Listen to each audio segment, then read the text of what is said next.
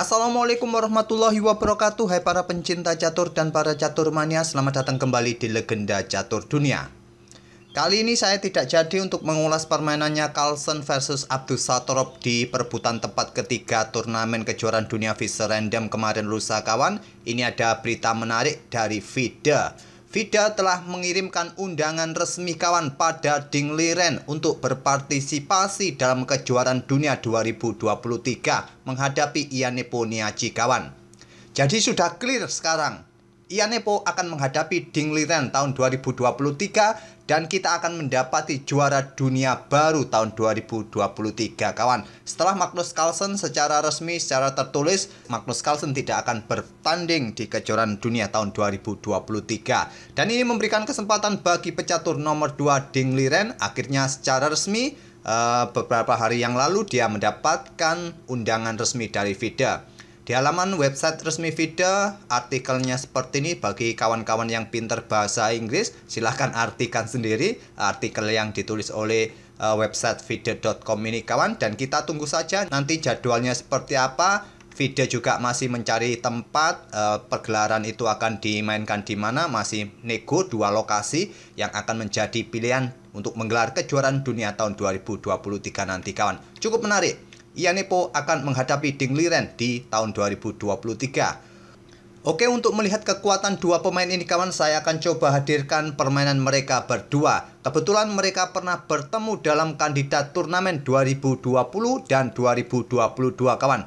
Di 2020 mereka saling mengalahkan, tapi di 2022 yang lalu kawan, Ding Liren ini kalah oleh Ianepo 1 game dan 1 game berakhir remis kawan. Tapi kita akan coba lihat game tahun 2020 kawan, di mana pada saat itu kandidat turnamen dimenangkan oleh Ianepo. Di posisi kedua ada MVL, posisi Caruana di posisi ketiga. Akhirnya sedangkan Ding Liren berada di posisi ke-6 karena di putaran pertama permainan Ding Liren ini kurang bagus kawan.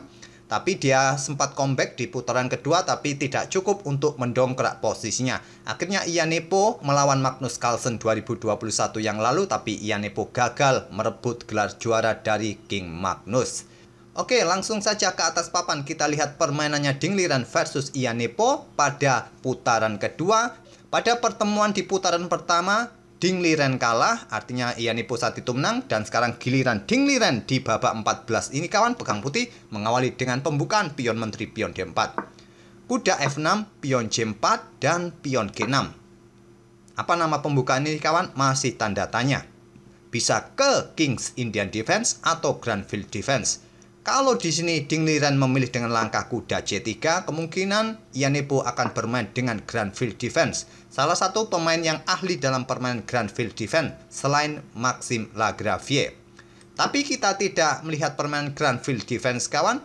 Di sini Ding Liren memilih dengan Alekhine Variation atau variasi Alekhine dengan anti Granville Defense. Menolak untuk permainan Granville Defense.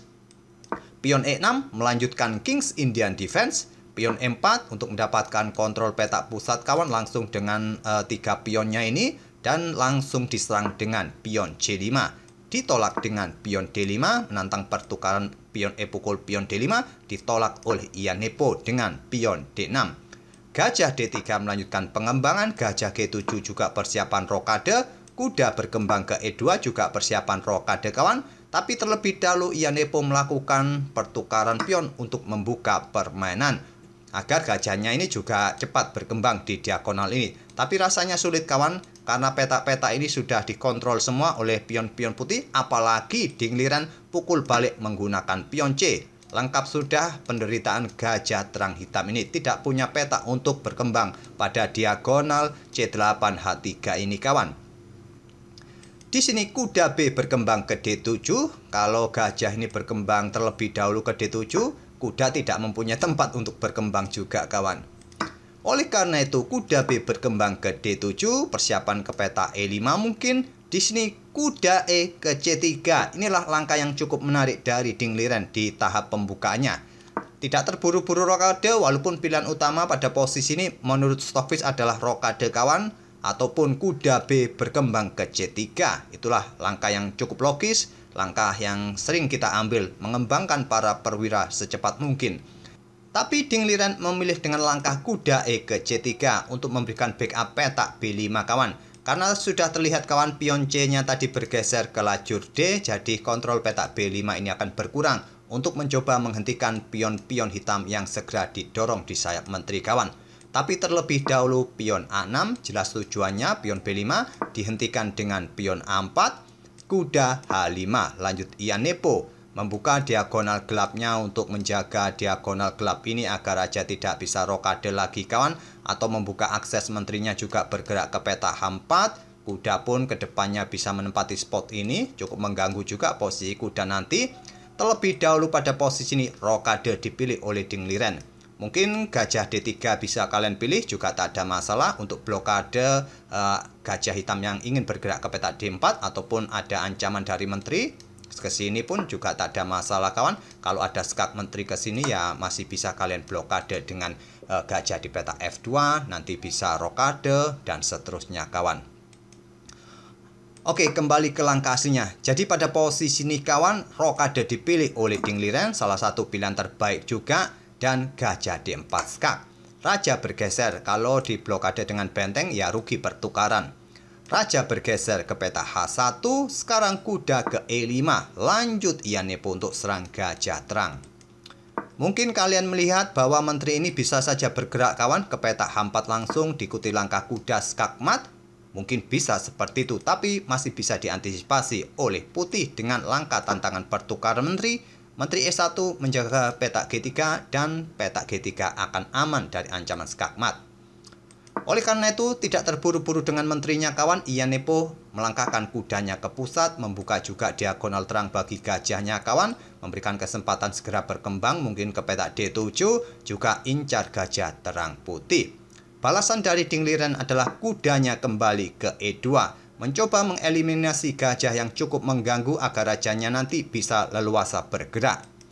Barulah sekarang menteri ke petak H4 dan di sini kawan tidak bisa lagi dengan menteri E1. Karena kenapa? Menteri kalian tadi harus menjaga juga gajah yang ada di petak D3 kawan. Jadi hitam akan melakukan pertukaran menteri terlebih dahulu dan gajah ini tewas. Di sini hitam bisa menang. Oleh karena itu pada posisi ini kawan, Dingliren memilih langkah terbaik dengan kuda ambil gajah agar rajanya aman dari ancaman skak. Dari kuda G3, raja masih bisa bergerak. Terlebih dahulu kuda ambil gajah oleh Ian Nepo untuk mendefleksikan posisi menteri kawan, dan persiapan juga skak ke petak G3. Di sini menteri langsung ambil balik kuda D3, barulah Ian Nepo kuda G3 skak. Raja bergeser, kuda sikat benteng F1, Dingliren menarik mundur kudanya ke C2 dari ancaman pion.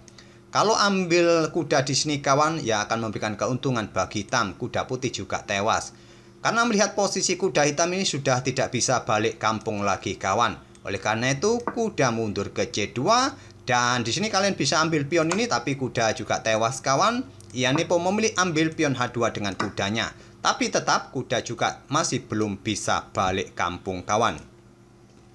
Pada posisi ini kawan, hitam masih mempunyai kesempatan untuk mendorong pionnya nanti kalau diberi kesempatan dengan pion G untuk menyerang peta F3 dengan pionnya ini kawan. Tapi langkah terbaik dipilih oleh Dingliren untuk mencegat pergerakan pion. Tapi menurut Stockfish saatnya mendorong pion juga tak ada masalah kawan.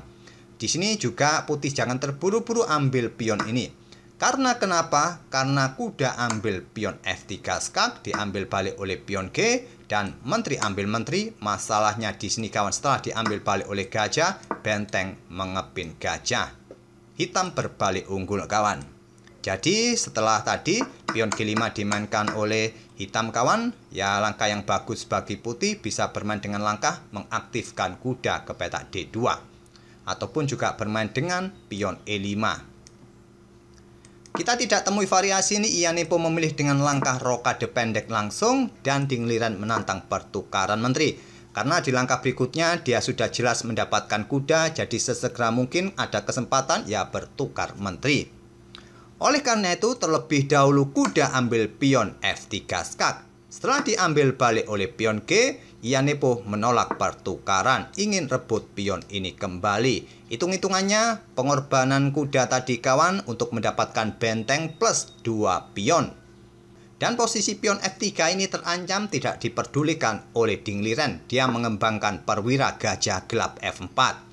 Secepat mungkin kawan mengaktifkan para perwira walaupun dia akan kalah materi pion di sini. Dan coba lihat perwira hitam ini, 2 benteng gajah ini juga tidak bisa berkembang pada posisi ini, stuck pada posisinya masing-masing di sini kawan. Sedangkan kuda pun siap beraksi nanti kalau menteri jadi ambil pion F3, kuda D2 punya tempo untuk menyerang menteri dan selanjutnya akan diikuti oleh benteng keluar.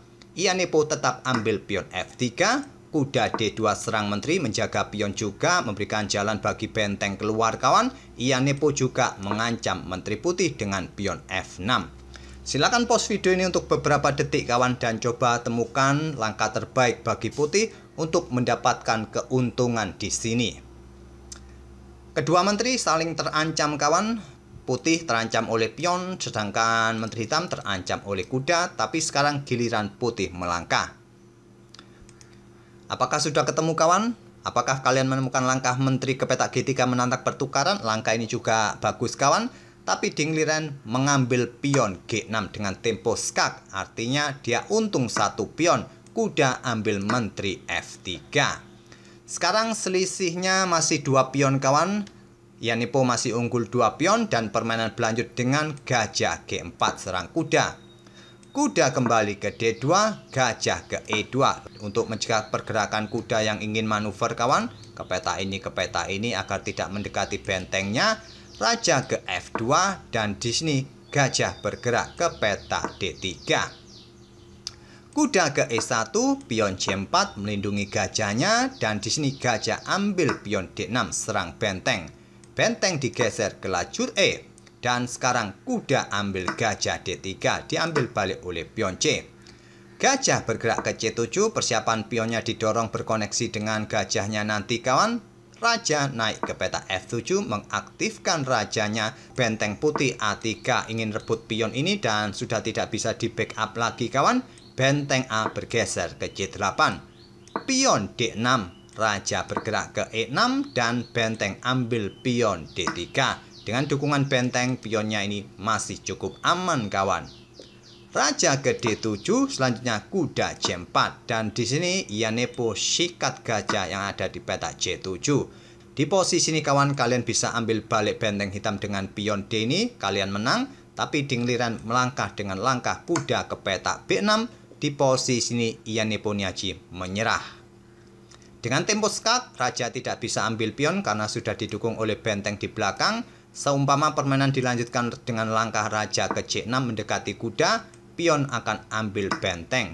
Kalau raja ambil kuda, maka benteng D8 dan di sini putih akan tetap menang. Kalau benteng bergeser ambil pion di sini, ya pion ini bisa promosi kawan dan tetap menang. Seumpama raja ambil pion C7, benteng akan pukul benteng juga bisa menang. Atau yang lain kawan, setelah kuda ini bergerak ke peta B6 skak, raja mundur, ya pion akan ambil benteng dengan double skak. Raja ambil balik pion, kuda ke peta D5 skak, garpu pion, dan keunggulan 1 kuda sudah cukup membuat hitam akan berhenti kawan. Kecuali lawan kalian ngeyel, ya terserah kalian. Kalian lanjutkan saja sampai bidak-bidak habis dan promosikan 3 pion kalian ini. Itulah kawan permainan Dingliren versus Iyanepo Niaji di kandidat turnamen 2020 pada putaran kedua. Pada putaran pertama Dingliren yang kalah kawan, sekarang gantian Dingliren yang menang di putaran kedua. Secara keseluruhan kawan, Iyanepo ini masih unggul atas Dingliren dalam permainan klasik. Dengan keunggulan 3 game menang, 2 kali kalah, dan 8 kali remis. Memang tipis perbedaannya kawan. Tapi di permainan Rapid dan Blitz pun juga Iyanepo masih unggul atas Dingliren. Ya, kita tidak bisa membandingkan rekod seperti ini kawan. Ini pun terjadi pada Iyanepo sendiri kawan. Saat itu dia secara rekod unggul atas Magnus Carlsen. Tapi nyatanya di atas papan di tahun 2021 Iyanepo kalah telak atas Magnus Carlsen. Semoga permainan dari kedua pemain tadi bisa menghibur kalian dan kita akan bertemu di video-video berikutnya. Terima kasih. Wassalamualaikum warahmatullahi wabarakatuh.